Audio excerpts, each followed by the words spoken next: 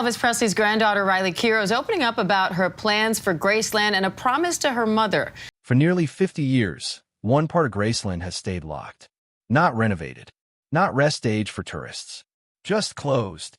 Millions of people have walked through the music room, the jungle room, the trophy building full of gold records and rhinestone jumpsuits. But almost none of them have ever set foot upstairs, where Elvis Presley actually lived out his last years and where he died. Today, that floor belongs to his granddaughter.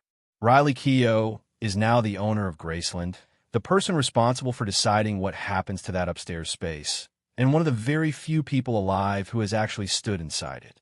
This is the story of that house, that family, and that locked door. What we actually know, what remains genuinely private, and why an ordinary staircase became one of the most talked about mysteries in American pop culture.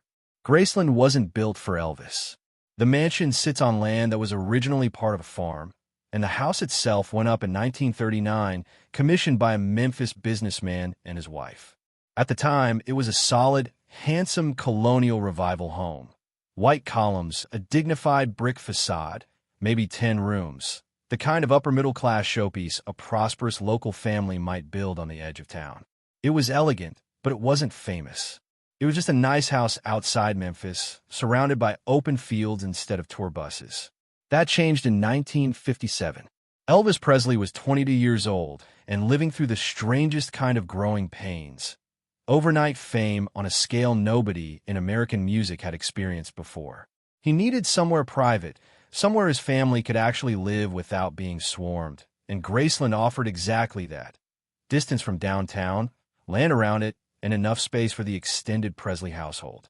He bought it for just over $100,000, a huge sum in 1957 dollars, and moved his parents in almost immediately. What followed over the next 2 decades wasn't just home ownership, it was transformation. Elvis treated Graceland less like real estate and more like a canvas. Rooms were redone again and again to match his moods and his interests. Some formal and old-fashioned, some completely unlike anything else being built in American homes at the time. The most famous of these renovations is also the strangest.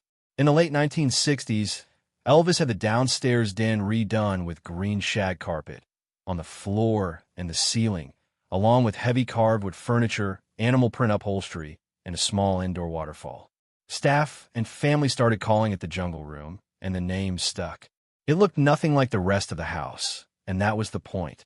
Later, when Elvis wanted somewhere private and comfortable to record without leaving home, the Jungle Room became an actual working studio.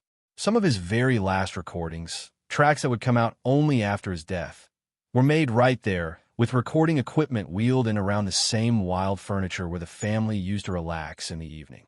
Outside, behind the house, is the meditation garden, a quiet, circular space with a reflecting pool and stone columns, added in the mid-1960s. Elvis used it as a place to sit and think, away from the noise of the rest of the property. It's also where he's buried today, next to his parents and, since 2023, his daughter Lisa Marie. Of everywhere on the estate, this is the one spot where the mood shifts. Visitors who come through loud and excited from the tour usually go quiet here. People leave flowers, notes, guitar picks. It's less a stop on a tour and more a small pilgrimage within a bigger one. Graceland opened to the public in 1982, 5 years after Elvis died, when Priscilla Presley, acting on behalf of young Lisa Marie, made the decision to turn part of the house into a museum in order to keep the estate financially solvent. It worked. Graceland has since welcomed more than 20 million visitors and is regularly cited as the second most visited home in the United States, behind only the White House. But even with that level of public access, tour after tour through the music rooms, the car collection, the costume displays, one part of the house has never been open. The upstairs.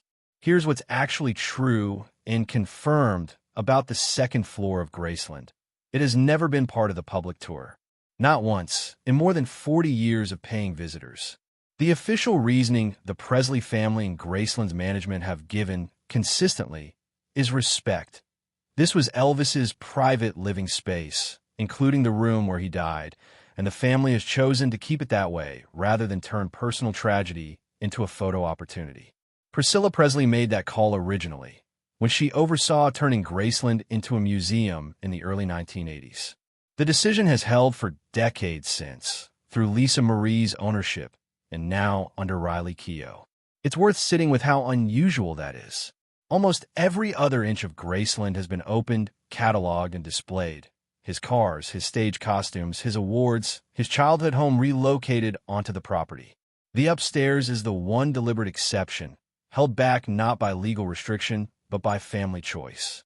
That choice is exactly what fuels decades of curiosity. When something is available, people look at it and move on.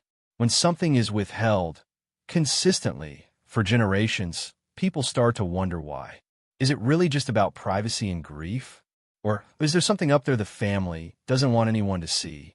The honest answer, based on everything the family and Graceland's own archivist have said publicly over the years, points toward the simpler explanation. That upstairs is where Elvis actually lived his day-to-day life in his final years, including his bedroom, his bathroom, and a home office, and the family is treated it the way most. Families would treat the private living space of someone they loved and lost, not as an exhibit, but as something you leave alone. Ownership of Graceland has passed down a very short, very direct line. Elvis left it to his father Vernon, and after Vernon's death, to Lisa Marie, his only child. When Lisa Marie died in January 2023, ownership passed to her 3 children, with her eldest daughter, actress and producer Riley Keough, stepping in as trustee and the public face of the estate. That transition wasn't seamless. Shortly after Lisa Marie's death, a dispute became public. A document surfaced purporting to remove Priscilla Presley as a trustee of the family trust, and Priscilla's legal team challenged its validity, raising questions about the paperwork's authenticity. The disagreement was real. It played out partly in court filings and partly in public statements, and it was eventually resolved through a private settlement between Riley Keough and Priscilla Presley, rather than a prolonged public trial. The exact terms of that settlement were not fully disclosed, which is typical for family trust matters of this kind. What the dispute made clear, beyond the family drama, is that Graceland isn't just a sentimental landmark. It's a substantial commercial operation and a valuable estate, and questions about who controls it carry real financial weight. Riley Keough emerged from that period as the estate's owner and its primary decision-maker, a role she has approached publicly with a fairly consistent message, that her job isn't to reinvent Graceland, but to protect what her mother and grandmother built, while making thoughtful, incremental choices about what to preserve, what to share, and what stays private. Under her ownership, the core policy on the second floor hasn't changed. It remains closed to the public. There's been no announcement of tours, no new exhibit unveiling those rooms, no released photography from inside them. Any specific description of what individual rooms upstairs currently contain, beyond the general long-documented facts that it includes Elvis's bedroom, bathroom, and a private office space, isn't something that has been publicly confirmed in detail by the family or by Graceland's official channels. Claims that circulate online about hidden compartments, secret letters, or specific handwritten notebooks upstairs are not sourced to any verified statement from Riley Keough or the estate, and should be treated as unverified rumor rather than confirmed fact. One of the most persistent Graceland legends is the idea of a hidden tunnel running from the house to somewhere off the property, sometimes described as running beneath the meditation garden, sometimes as ending in a wooded area behind the estate. The theory usually comes packaged with a purpose, either a discreet way for Elvis to slip past photographers and fans, or, in its more dramatic form, an escape route tied to theories that he didn't actually die in 1977. There is no verified evidence of such a tunnel. Graceland's publicly available floor plans and the estate's own historical materials make no mention of one, and no photograph, blueprint, or credible first-hand account has ever surfaced to confirm it. The rumor persists mostly because it's unfalsifiable. You can't easily disprove a hidden passage by pointing to a public blueprint, since believers can simply argue the tunnel wouldn't appear on public documents anyway. That logical loop is part of what keeps stories like this circulating regardless of evidence. The idea that Elvis faked his own death is one of the most durable conspiracy theories in American pop culture, on the same shelf as Bigfoot sightings and Kennedy assassination alternate theories. It's worth separating what actually happened from what the theory is built on top of it. What's documented? Elvis died at Graceland on August 16, 1977. He was found unresponsive in his bathroom. An autopsy was performed. His death was certified by the medical examiner's office, and his body was viewed by family members before a public funeral. Those are matters of public record. What feeds the theory instead is mostly circumstantial and atmospheric. By the mid-1970s, Elvis had largely withdrawn from public life outside of his concert tours. He wasn't doing many interviews, he was rarely photographed casually, and he spent much of his time inside Graceland rather than in public. People later pointed to this withdrawal as evidence of planning, even though it's just as consistent with someone dealing with declining health and wanting privacy. Sighting stories followed his death almost immediately and never really stopped. A man was reportedly seen boarding a Memphis flight shortly after Elvis's death under the alias John Burroughs, a name Elvis had genuinely used before for hotel check-ins while touring, which is why that particular story got more traction than most. Over the following years, other Elvis sightings popped up in various states, none of them ever verified, and several of the original witnesses later walked their stories back or admitted uncertainty. There's also a detail people point to about his gravestone. Elvis's legal middle name was Aaron, but his memorial marker reads Aaron. Believers in the death hoax theory treat this as a deliberate signal. The far more mundane explanation, and the one historians of the family generally point to, is that Aaron was simply the more common spelling and an easy error to make on a large, high-pressure order at a difficult time. The kind of small paperwork mistake that happens constantly and rarely means anything. None of this amounts to evidence Elvis is alive, and no forensic, medical, or legal record has ever supported that idea. What it does show is how a combination of genuine privacy, a few real coincidences, and decades of retelling can build a theory that feels bigger than the facts underneath it. Almost as old as the death hoax rumors are claims from various individuals over the decades that they are Elvis's biological children beyond Lisa Marie. Some of these claims have reached actual courtrooms. Most have not gotten far. One widely reported case involved a man seeking a court order to exhume Elvis's remains for DNA testing, a request that was denied. Other claimants have pointed to items like locks of hair sold at memorabilia auctions as a basis for supposed paternity testing, evidence that, without a verified, controlled chain of custody, doesn't hold up as reliable proof in any legal sense. The Presley estate has generally declined to engage publicly with these claims in detail, which is a fairly standard legal posture. Responding to unverified paternity claims can sometimes be read as lending them credibility, so estates often let silence do the work instead. Neither Lisa Marie Presley nor Riley Keough has issued detailed public statements addressing specific alleged heir cases. That silence isn't confirmation of anything one way or another. It's consistent with normal estate management practice around unverified legal claims. Elvis's very last studio recording sessions took place at Graceland itself, in the Jungle Room, across two stretches in February and October of 1976. These sessions are well documented. They produced tracks including Moody Blue and Way Down, along with a handful of gospel recordings, and portions of that material were released by RCA both before and after his death.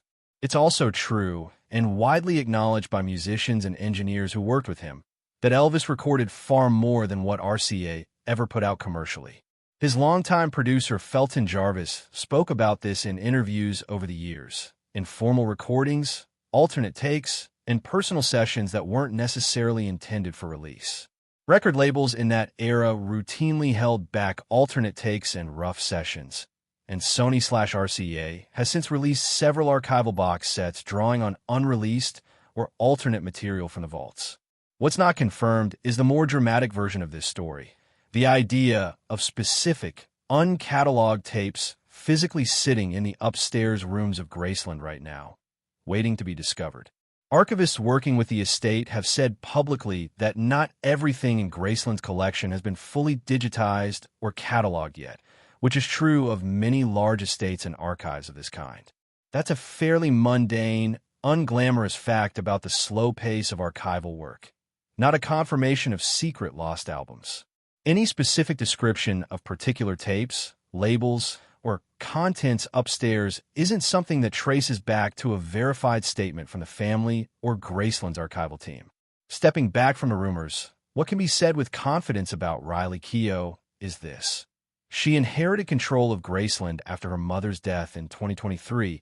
She navigated a real and reported legal dispute with her grandmother Priscilla Presley over the family trust, and that dispute was resolved privately rather than through a public trial. She has spoken publicly, in general terms, about wanting to be a careful steward of her grandfather's legacy rather than someone looking to dramatically reinvent Graceland or exploit it for shock value. Under her ownership, Graceland's approach to the second floor has remained consistent with decades of prior practice. It stays closed to public tours, and no detailed public inventory of its current contents has been released. She has also spoken, in broad terms common to interviews with people in her position, about wanting future generations to understand her grandfather as a full person rather than only as a caricature of fame. But specific quotes, private letters, hidden rooms, or secret recordings attributed to her in viral videos and articles are not things that trace back to any verified interview or official Graceland statement. When a claim about her can't be traced to an actual, checkable source, a named interview, a documentary, an official Graceland release, it's worth treating it as unconfirmed, regardless of how detailed or emotionally compelling it sounds. Graceland's upstairs has stayed locked for the same reason a lot of long-running mysteries stay alive. The absence of information is far more interesting to speculate about than the presence of it. A single closed door, held that way consistently for nearly 50 years by 3 generations of the same family, is unusual enough on its own that people fill the silence with stories, tunnels, secret tapes, hidden children, fake deaths. The more grounded version of the story is less cinematic, but it's also the one actually supported by the record. A family that built something enormous out of one man's private life chose, deliberately and consistently, to keep one part of that life private. Not because there's necessarily a secret worth exposing, but because some things, a bedroom, a bathroom, the last ordinary corners of somebody's daily life, don't automatically belong to the public just because everything else about that person eventually did. Whether Riley Keough, as the current owner, ever decides to open that floor, digitize its full contents, or say more about what's actually inside it, remains her decision to make. For now, the honest answer to what's really upstairs at Graceland is the same one it's been for decades. We don't fully know, and the family has chosen to keep it that way. If you found this interesting, let us know what part of Elvis's story you'd want to see covered next. And thanks for watching.